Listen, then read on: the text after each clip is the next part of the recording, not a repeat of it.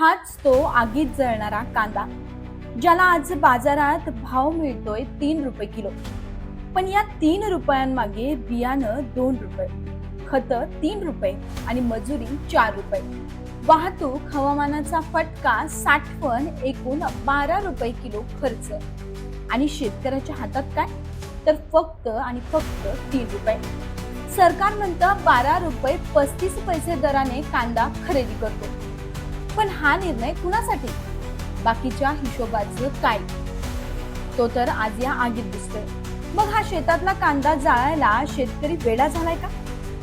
नाही, ही त्याची हतबलता आहे, हा त्याचा आक्रोश आहे. यंदा नेमकं काय घडलं? सरकारचा 12 रुपयांच्या खरेदीचा मास्टर प्लॅन की सापळा? आज उघडपणे या व्हिडिओच्या माध्यमातून पाहूया. कारण जो पिकवतो ना तोच आज या कांद्यासोबत स्वतःही सर्वात जास्त जळतोय. कांद्याच्या भावात यंदा ऐतिहासिक घसरण झाली आहे. बाजारात 1 ते 3 रुपये प्रति किलो कांद्याला भाव मिळतोय. या भावात शेतकरी कमवणार तरी काय? उलट खिशातूनच पैसे टाकावे लागतायत. उत्पादन खर्चही निघत नाहीये. बियाणं, खत, मजुरी, वाहतूक, हवामान सगळं काही महाग झालंय. फक्त शेतकऱ्याचं पीक मात्र कवडीमोल दराने विकलं जातंय.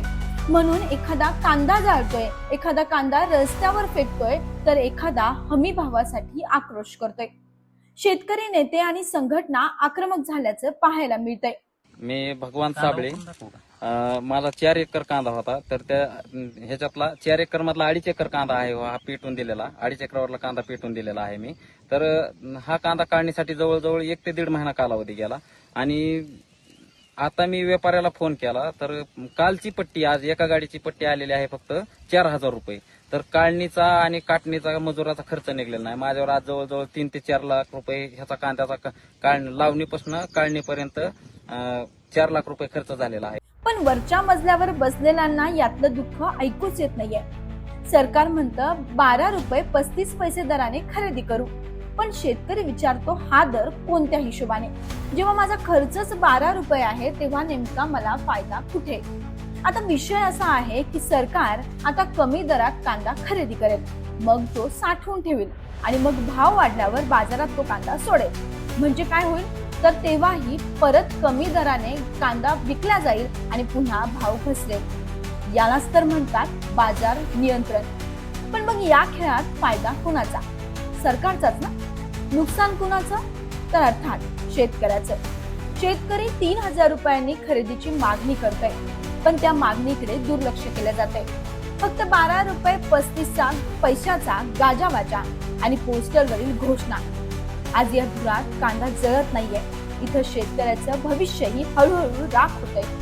हा फक्त जळणारा कांदा नाही, हा शेतकऱ्याचा जळणारा विश्वास आहे.